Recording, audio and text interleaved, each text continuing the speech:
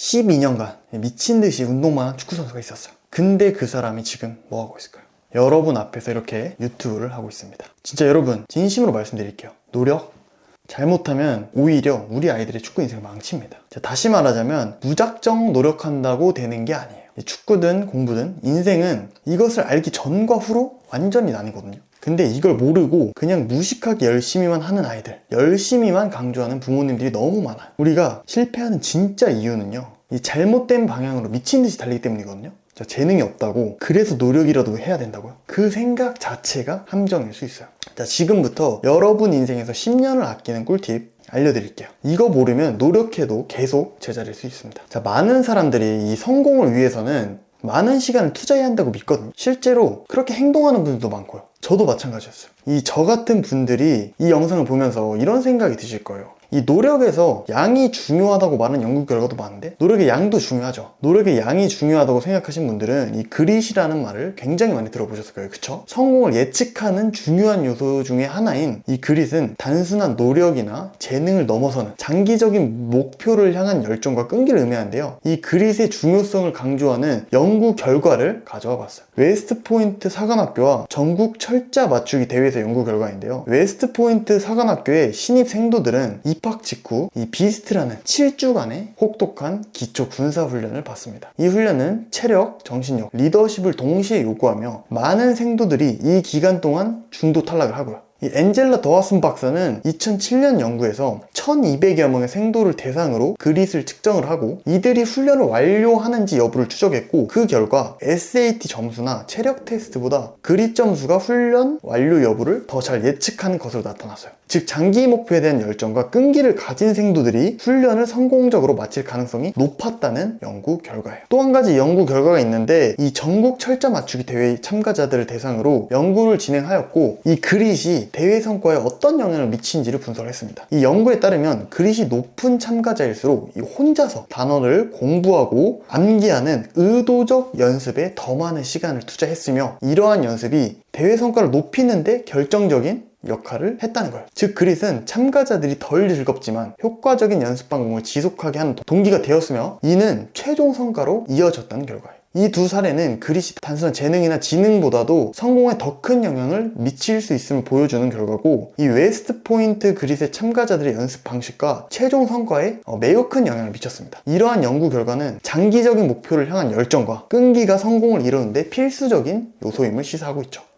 하지만 단순히 많은 시간을 투자하는 것이 과연 최고의 결과를 가져올까요? 이 심리학자 앤더슨 에릭슨은 단순한 반복은 성과 향상에 큰 도움이 되지 않으며 의도적 연습이 핵심이라고 강조를 합니다. 의도적 연습은 단순한 반복이 아닌 명확한 목표 설정과 이 피드백을 기반으로 한 체계적인 연습을 의미하고, 이는 특정 기술 향상을 위해 설계된 활동으로 지속적인 피드백과 집중적인 노력이 필요하다고 해요. 이러한 연습 방식은 음악, 스포츠, 의학 등 다양한 분야에서 이 전문가 수준의 성과를 이끄는 핵심 요소로 밝혀지고 있거든요. 에릭슨과 동료들은 1993년 이 베를린 음악 아카데미 바이올리니스트들을 대상으로 연구를 수행을 했어요. 이들은 참가자들을 세 그룹으로 나뉘었습니다. 자, 첫 번째, 최상위 그룹은 국제적인 솔리스트가 될 가능성이 높은 학생들이었고요. 두 번째는 우수 그룹, 즉 전문 오케스트라 연주자가 될 가능성이 있는 학생들이었고요. 자, 세 번째는 교사 그룹, 이 음악 교사로 진로를 계획한 학생들이었습니다. 이 연구 결과에 따르면 18세까지의 누적 의도적 연습 시간은 다음과 같았다고 하더라고요. 자, 최상위 그룹은 약 7,410시간을 썼고요. 우수 그룹은 5,301시간을 썼어요. 그리고 마지막으로 교사 그룹은 약 3,420시간을 썼습니다. 이러한 차이는 단순 연습 시간이 아닌 목표 지향적이고 피드백을 반영한 의도적 연습의 중요성을 강조했다는 것. 즉 단순히 많은 시간을 투자하는 것보다 질 높은 연습이 더 큰 성과를 가져온다는 것을 보여주는 결과예요. 에릭슨의 바이올리니스트 연구에서의 사례들은 모두 의도적 연습의 중요성을 강조합니다. 단순한 시간 투자보다는 목표 지향적이고 피드백을 반영할 질 높은 연습이 전문가 수준의 성과를 이끌어낸다는 것을 보여주고요. 자, 이는 음악, 의학, 스포츠 등 다양한 분야에서 성공을 위한 핵심 요소로 작용을 한다고 해요.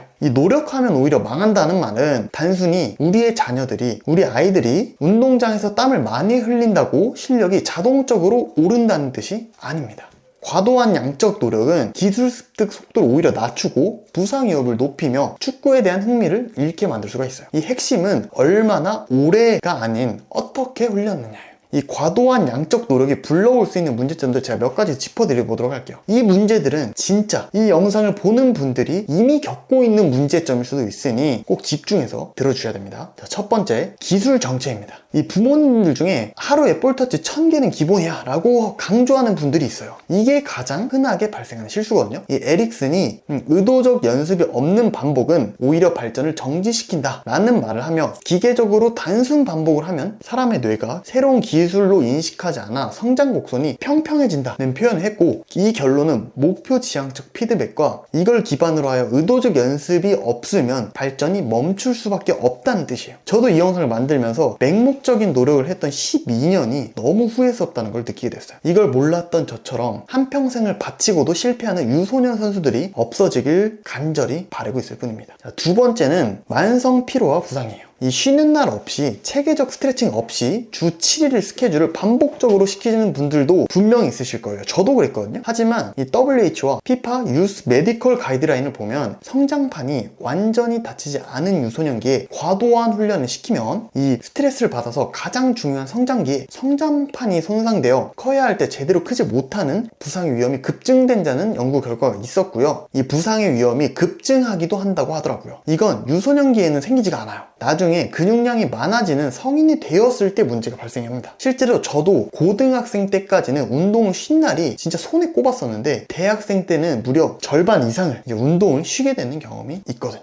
자, 세 번째는 내적 동기 손실입니다. 네가 싫어도 끝까지 해 라는 식으로 일방적인 코칭 방식을 하시는 분들이 분명히 있으실 거예요. 위에서 제가 말씀드렸던 것처럼 즐거움 없이 이 채찍식으로 몰아붙이는 훈련은 탈진과 번아웃을 유발해서 축구 자체를 싫어하게 만드는 가장 좋지 않은 방식입니다. 저는 다행히 이 부분은 부모님이 신경을 많이 써주셔서 제가 큰 어려움 없이 성장기를 거쳐왔던 것 같아요. 반대로 말하면 이 부분은 아이들의 노력보다는 부모님들의 노력이 필요하다는 뜻이겠죠.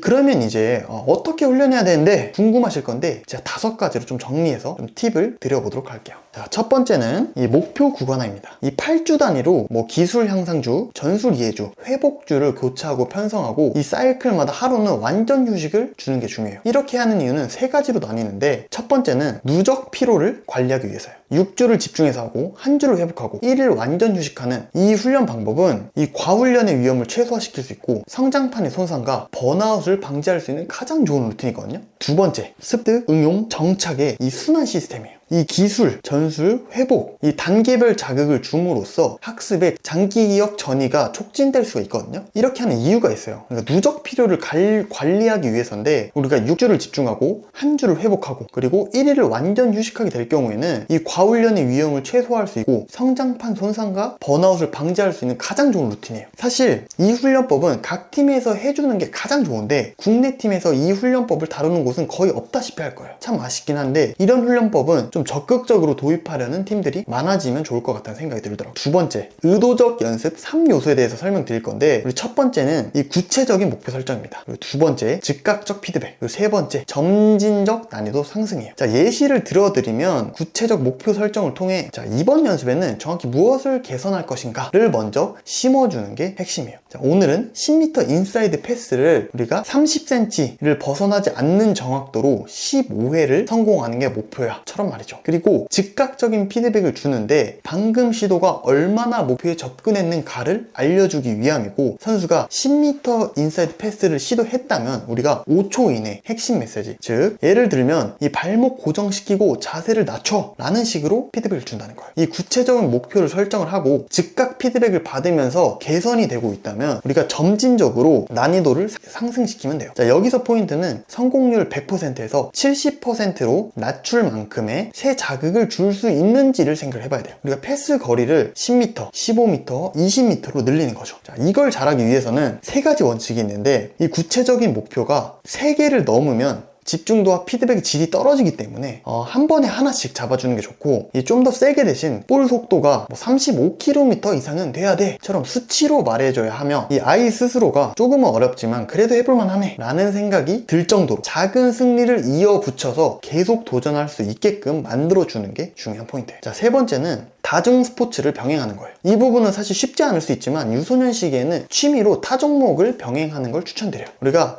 다양한 스포츠를 배우면 이 운동지 기능이 상승해요. 이 신경 가소성이 극대화된다고 표현을 하는데, 쉽게 말하자면 다양한 움직임의 패턴이 우리 뇌근육, 신경망을 다각도로 자극한다는 거고, 이를 통해 공 없는 상황에서 인지 속도가 올라가고 우리가 균형, 리듬감, 이 신체 사용폭이 넓어져 볼 터치를 할 때 자연스러워지는 효과를 얻을 수가 있어요. 그리고 부상위험도 28%에서 40% 정도 감소가 된다고 하는데, 한 종목을 반복적으로 수행하면 특정 관절과 근육을 과사용하며 이 부상 위험도가 높아지고, 다중 스포츠를 병행하면 부하가 분산되기 때문에 대안근이 발달이 됨으로써 균형을 잡는 근력이 높아질 수 있다고 하더라고요. 이렇게 해주면 성인이 되어가면서 가장 흔하게 발생되는 햄스트링 부상과 고관절 스트레스를 예방할 수 있고, 가장 중요한 우리 성장판 손상과 피로 골절도를 예방을 할 수가 있게 돼요. 우리가 다중 스포츠를 할 때 병행하는 또 팁이 있는데, 다른 스포츠의 강도를 높게 가져가는 것이 좋지 않고, 우리가 축구를 할 때 부상 방지를 위해 장비를 착용하는 것처럼 장비 착용이 필수예요. 그리고 혹시라도 타 종목 지도자가 있는 그룹에 들어가면 목적성을 설명해 주는 게 중요하고, 아이에게 선택권을 부여해서 고른 스포츠라는 자율성을 통해 내적 동기를 강화해 줘야 돼요. 자, 마지막으로 가장 중요한 거는 이 기량 손실일 텐데요. 우리 16세 이전까지는 다중 스포츠를 주 2, 3회 하는 것은 오히려 전반적인 운동 능력을 향상시킬 수 있는 효과를 기대할 수 있으니까 전혀 걱정하지 않으셔도 되고, 16세가 넘어가면서부터 축구에 활용할 수 있는 비중을 키워주시면 돼요. 자, 네 번째는 리커버리 루틴입니다. 이것도 제가 한 3가지로 쪼개서 설명을 드릴 거예요. 자, 첫 번째는 매일 9시간 수면을 하는 거예요. 이 유소년의 권장 수면 시간은 8시간에서 10시간 정도가 되고, 이 성장 호르몬이나 단백질 합성, 그리고 면역 회복이 이 수면 4단계, 뭐 딥슬립이라고 표현하는데, 여기에서 집중 분비가 됩니다. 실제로 수면이 1시간이 줄면 우리가 2일 후에 스프린트나 점프를 할 때 최소 7%까지 감소된다는 연구 결과가 있고, 이 기억력과 전술 이해력도 수면 후 강화된다고 하더라고요. 그리고 두 번째는 이 저강도 유산소 30분을 해주는 거예요. 이 숨차지 않고 대화가 가능한 수준의 조깅이나 사이클, 수영 정도를 진행해주면 좋고, 통계적으로 리커버리 시간을 15분에서 30분을 넣은 선수의 근육 통증은 무려 다음날 25%가 낮아진다고 하더라고요. 또한 이 부교감 신경 자극을 통해서 심박수와 코르티스를 안정시켜 준다고도 하고요. 그리고 세 번째, 폼롤러를 10분 정도 해주는 걸 추천드립니다. 저는 이 대퇴사두랑 햄스트링, 장경인대, 둔근, 그리고 종아리 순서로 30초에서 45초씩 롤링을 하면서 15초 정도 정적 압박까지 해주는 게 가장 좋아요. 이 폼롤러를 하면 근막 유연성을 높여주고 근육 경직도를 낮춰주며, 꾸준히 해주면 관절과 근육 가동 범위를 5도에서 7도 확대가 가능하다고 하더라고요. 또한 림프순환 촉진으로 붓기 감소에도 탁월한 효과를 보이기도 하고요.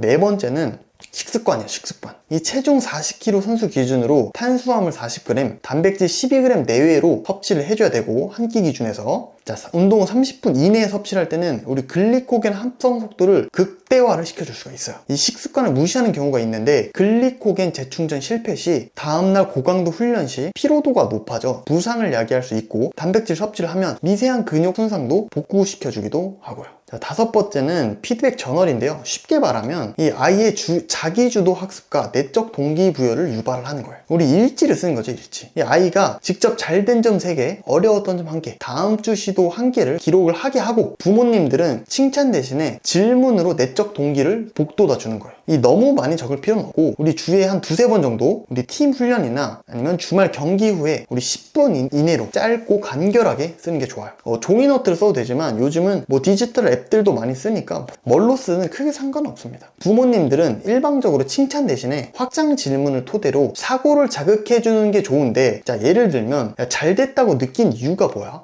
어려운 점을 해결하려면 어떤 선택지가 있어? 이런 것처럼 아이가 스스로 학습할 수 있게 환경을 만들어주는 것이 중요해요. 자, 마지막으로 한 달에 한 번씩 일지를 분석해보는 게 좋습니다. 이 반복되는 잘 되는 점이 있다면 그게 우리 아이의 강점이라고 볼 수가 있을 거고, 반대로 반복되는 어려움이 있다면 우리가 개선해야 할 점이 되겠죠. 우리 이를 토대로 아이가 직접 다음 달 목표를 재설정하는 형태로 지속해보는 게 가장 효율적인 방법이 됩니다. 자, 이렇게 오늘도 영상이 조금 길었는데, 영상이 길어지는 이유는 단 한 가지인 것 같아요. 저처럼 무식하게 10년 이상을 쓰고도 본인의 꿈을 이루지 못하는 유소년 선수들이 적어졌으면 하는 마음입니다. 혹시라도 이 영상을 보신 분들 중에 축구뿐만 아니라 무언가 10년 넘게 도전을 했는데 이 실패라는 결과를 받아보신 분들은 공감을 하실 거예요. 정말 큰 상처가 되고 정말 큰 트라우마로 남습니다. 다시 한번 강조드리지만 많이 하는 것이 중요한 게 아니라 어떻게 하느냐가 좋은 선수로 성장을 하고 성공을 할 수 있는 지름길이에요. 자, 오늘 소개한 원칙을 아이들과 함께 소통하는 시간을 가져보셨으면 좋겠고, 이 가정과 팀 훈련에 적용할 수 있다면 해보시는 것도 추천을 드릴게요. 분명 단순히 열심히 하는 것보다는 훨씬 성장 속도가 탄력을 받는 것을 느끼실 수 있을 거예요. 물론 단기간에 좋아진다는 건 절대 아닙니다. 물리적인 시간은 무조건 필요해요. 오늘 영상이 좋았다면 제가 구독과 좋아요를 요청드리도록 할게요.